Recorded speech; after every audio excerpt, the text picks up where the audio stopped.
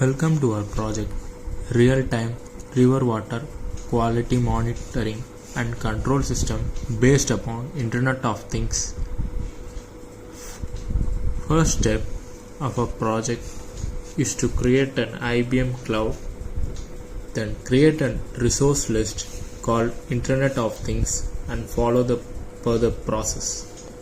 Next step is to create a device name and organization ID which is shown in the display. Then create a dataset along with the coding by inserting a temperature, humidity and random number. Then create a dataset with the coding with the device and run the program according to the datasets given below. And now connect the coding with the device and run the program. Now send the data to the Node-RED. Next step is to open the Node-RED. Connect the corresponding parts of the Node-RED, which is where the components consist of IBM IoT, temperature function, humidity function and moisture function.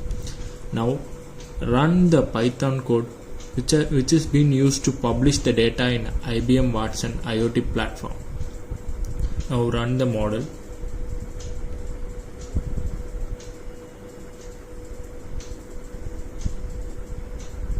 The model is being run.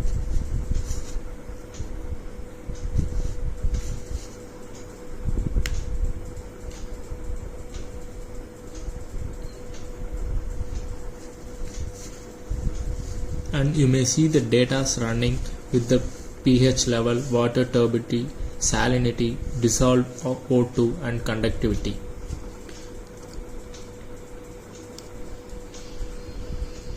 And now we have done a login page for our project where we have to type the username and password and login.